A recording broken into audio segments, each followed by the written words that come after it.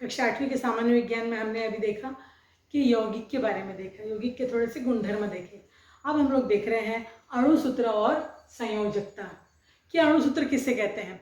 आपको मालूम है कि कोई भी सूत्र में संकेत और संयोजकता की सहायता से दर्शाया गया जो सूत्र होता है उसको हम लोग अणुसूत्र कहते हैं। यानी उसमें कौन से परमाणु होते हैं, परमाणु के अणु किस तत्व से होते हैं और उसमें जो है कितने परमाणु होते हैं, कितनी संयोजकता के साथ उन्होंने एक दूसरे के साथ संयोग किया होता है, उसको हम लोग क्या कहते हैं, अणुसूत्र। जैसे हम लोगों ने पिछले इसमें FES करके लिखा था, वो क्या था, एक अणुसूत्र था। यानी उस अणुसूत्र में हमने, उस यौगिक में हमने क्या देखा कि इसमें कौन से तत्वों के परमाणु हैं और कितने परमाणु हैं, जो ये दर्शाता है उसको हम लोग क्या कहते हैं, अणुसूत्र कहते हैं। यानी यौगिक में उसके घटक तत्वों का अनुपात कैसा होता है, निश्चित होता है। यौगिकों में जो है अणुओं के घटक तत्वों के परमाणु विशिष्ट संख्या में एक दूसरे से जुड़े होते हैं। तो किसी भी यौगिक में एक अणु में किस तत्व के जो है परमाणु जुड़े होते हैं तथा कितने परमाणु जुड़े होते हैं, इसको हम लोग अणुसूत्र की सहायता से दर्शाते हैं। अणुसूत्र में सभी घटक तत्वों का संकेत और संकेत के निचले हिस्से में जो परमाणु की संख्या की जानकारी जो है समाविष्ट होती है। जैसे कि यहाँ पर देखो, हम लोगों ने FES देखा था, इसमें क्या देखा था कि कौन से तत्व के परमाणु हैं, आयरन और गंधक के परमाणु हैं, कितनी इनके परमाणु कितनी संख्या में, तो आयरन का एक परमाणु है और गंधक का एक परमाणु है। तो ये हम लोगों को इसके अंदर दिखाता है, जानकारी देता है। अब यहाँ पर मैंने एक सारणी बनाई है, इस सारणिका के उपयोग से जो है यहाँ पर कुछ यौगिक दिए गए हैं यहाँ पर, और इसमें यौगिकों में कितने परमाणु हैं, कितनी संख्या में है, वो हम लोगों को देखना है। यहाँ पर है यौगिक का नाम, देखो यौगिक का नाम है, अणुसूत्र है, घटक तत्व है, और इसमें कौन कौन से घटक तत्व है, घटक तत्वों के परमाणु की संख्या कितनी है। अब यहाँ पर पानी का अणुसूत्र क्या है, H2O है। H2O में घटक तत्व कौन कौन से हैं, हाइड्रोजन और ऑक्सीजन। एक है हाइड्रोजन है और दूसरा है ऑक्सीजन है। अब घटक तत्व के परमाणु की संख्या, अब यहाँ पर हाइड्रोजन कितना दिख रहा है, 2 दिख रहा है, ऑक्सीजन कितना दिख रहा है, 1 दिख रहा है। देखो उनके नीचे जो पाया जाता है संख्या, वो उसके परमाणुओं की संख्या दर्शाता है। ध्यान दो, इसके नीचे वाली, ये H के नीचे 2 लिखा है तो ये हाइड्रोजन के परमाणुओं की संख्या बताएगा। संयोजकता एक अलग शब्द है, हाँ, यहाँ पर परमाणु की संख्या नीचे दिखाती है। अब हाइड्रोजन क्लोराइड HCl, तो कौन कौन से घटक तत्व है, एक है हाइड्रोजन H और एक है Cl यानी क्लोरीन, 2 तत्व है इसके अंदर। अब हाइड्रोजन कितना है, हाइड्रोजन के नीचे क्या है, कुछ नहीं है, मतलब 1 है। क्लोरीन के नीचे कुछ नहीं है, मतलब 1 है। तो क्लोरीन का एक परमाणु और हाइड्रोजन के एक परमाणु से हाइड्रोजन क्लोराइड का एक यौगिक बनता है। अब मीथेन, मीथेन का अणुसूत्र क्या है, CH4। अब यहाँ पर देखो CH4 दिया हुआ है, तो कौन कौन से घटक तत्व हैं, एक दिख रहा है C यानी कि कार्बन, एक दिख रहा है H यानी कि हाइड्रोजन। अब C के नीचे कितना है, कुछ नहीं है, यानी 1 है। तो कार्बन के कितने परमाणु हैं, 1। हाइड्रोजन के नीचे 4 दिख रहा है, मतलब हाइड्रोजन के कितने परमाणु हैं, 4। तो इस प्रकार CH4 यानी कार्बन का 1 परमाणु और हाइड्रोजन के 4 परमाणु से क्या मिलता है, क्या बनता है, मीथेन नामक यौगिक बनता है। अब है मैग्नीशियम क्लोराइड, मैग्नीशियम क्लोराइड यानी MgCl2। अब यहाँ पर 2 तत्व कौन से हैं, पहला है Mg यानी कि मैग्नीशियम, दूसरा है Cl यानी कि क्लोरीन। अब मैग्नीशियम के नीचे क्या है, कुछ नहीं है, मतलब मैग्नीशियम का 1 परमाणु। क्लोरीन के नीचे 2 दिख रहा है, मतलब क्लोरीन के 2 परमाणु।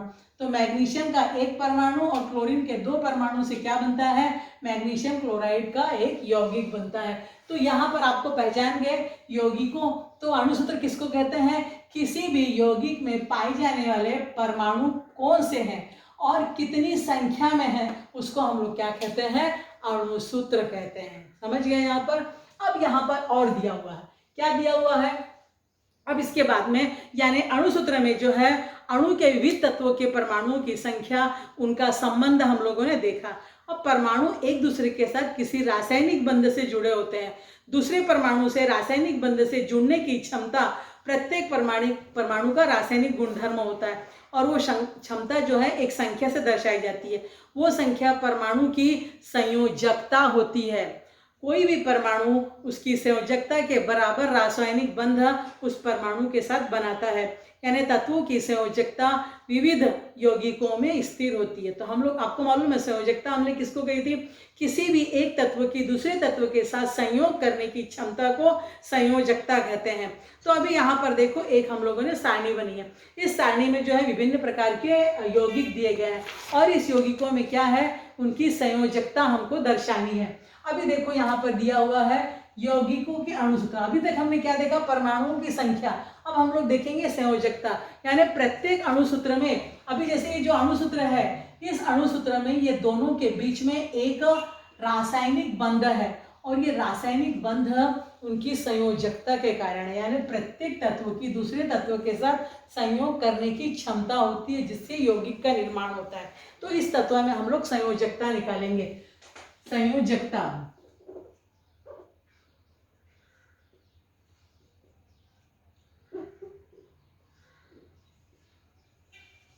अभी देखो यहाँ पर क्या है, हाइड्रोजन क्लोराइड यानी HCl यौगिक का अणुसूत्र। इसमें घटक तत्व, एक घटक तत्व H और दूसरा X यानी दूसरा वाला, एक पहला वाला और एक दूसरा वाला। तो HCl में कौन है, एक हाइड्रोजन है H पहला वाला और X यानी Cl दूसरा, क्लोरीन है। अब H की संयोजकता कितनी है, एक है।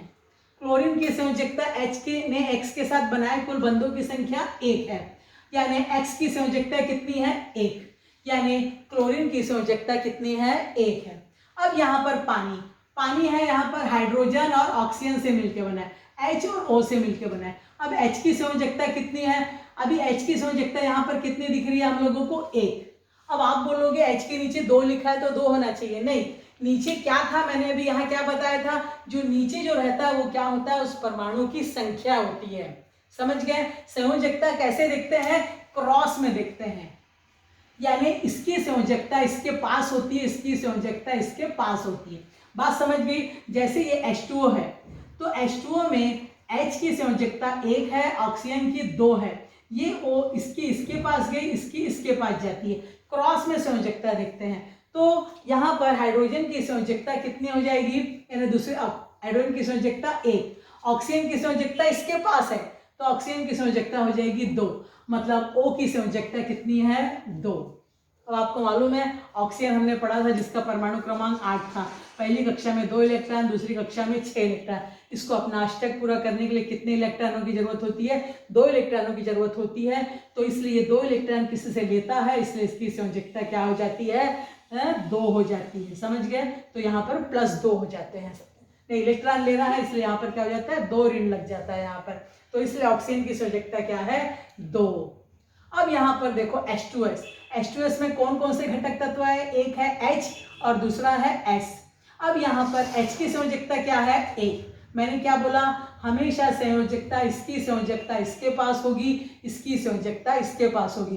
तो H की संयोजकता इसके पास है तो S के नीचे कुछ नहीं दिख रहा है, मतलब एक संयोजकता। S की संयोजकता कितनी होगी, S की संयोजकता इसके पास होगी, क्रॉस में देखते हैं हमेशा।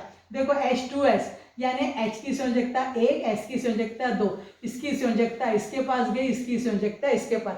संयोजकता को क्रॉस में देखना है, परमाणु की संख्या को नीचे नीचे देखना है। जैसे H2O में H का 2 क्या है, परमाणु संख्या, O की 1 परमाणु संख्या, लेकिन संयोजकता क्रॉस में देखना है।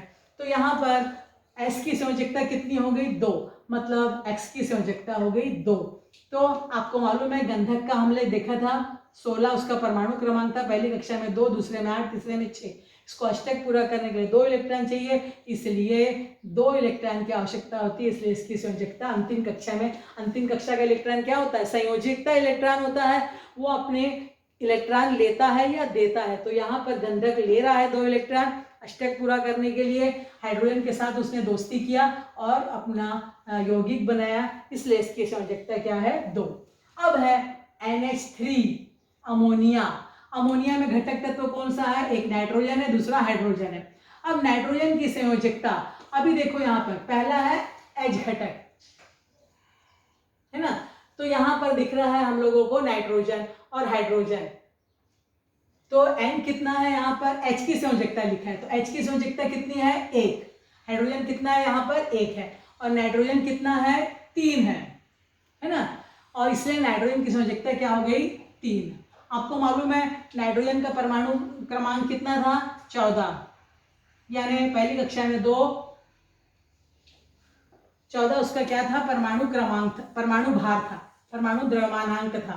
तो 14 उसका तो 7 यानी 2 और 5 है ना। तो इसको क्या है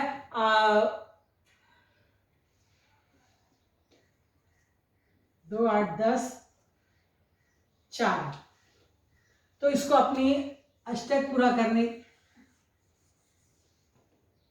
अमोनिया है ना, तो नाइट्रोजन, नाइट्रोजन का 14 यानी 7, तो 2 और 5। तो इसको अपने अष्टक पूरा करने के लिए 3 इलेक्ट्रॉन की आवश्यकता होती है। तो इससे देखो 3 इलेक्ट्रॉन लेता है, इसलिए इसके अंतिम कक्षा में 3 इलेक्ट्रॉन। उसी प्रकार HBr, H में H हो गया, Br हो गया, X है तो Br हो गया। तो यहाँ पर H की संयोजकता कितनी है, 1 है, और X के साथ H ने बनाया हुआ संबंध कितना है, 1 है, इसलिए ब्रोमीन की संयोजकता क्या है, 1 है।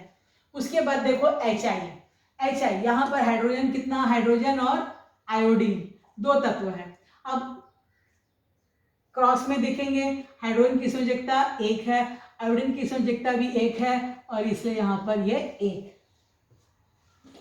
अब यहाँ देखो सोडियम, सोडियम और हाइड्रोजन, सोडियम की कितनी है, H की संयोजकता यहाँ पर 1 है, सोडियम की संयोजकता भी 1 है, यहाँ पर X की संयोजकता 1 है। अभी देखो आपको मालूम है सोडियम का कितना था, 11 परमाणु क्रमांक था, 2, 8, 1। उसने अपना 1 इलेक्ट्रॉन दे दिया, हाइड्रोजन के साथ दे दिया, तो इसलिए उसकी 1 संयोजकता हो गई। अब यहाँ देखो मीथेन, मीथेन में कौन कौन से हैं, कार्बन और हाइड्रोजन। यहाँ पर हाइड्रोजन की संयोजकता कितनी है, 1 है, उसके साथ बनाया हुआ 4, यानी कार्बन का क्या होता है, 12 होता है। 12 होने के कारण क्या हो गया, 6 उसका परमाणु क्रमांक। पहली कक्षा में 2 इलेक्ट्रॉन, दूसरी कक्षा में 4। तो अपना अष्टक पूरा करने के लिए उसको 4 इलेक्ट्रॉन की आवश्यकता होती है, इसलिए कार्बन की संयोजकता कितनी होती है, 4 होती है। तो इस प्रकार आपको समझ रहा है क्या कि ये क्रॉस में संयोजकता, कार्बन की संयोजकता हाइड्रोजन के पास है, हाइड्रोजन की संयोजकता कार्बन के पास है। तो इस प्रकार यौगिक का यदि अणुसूत्र हम लोगों को ज्ञात हो तो उसके आधार पर हम लोग उसकी संयोजकता पहचान सकते हैं। इसलिए हाइड्रोजन की संयोजकता को जो है 1 मानकर ये संयोजकता निर्धारित की गई है। अब हम अगले वीडियो में जो है किस प्रकार अणुसूत्र बनाया जाता है तिर्यक गुणन करके वो देखेंगे।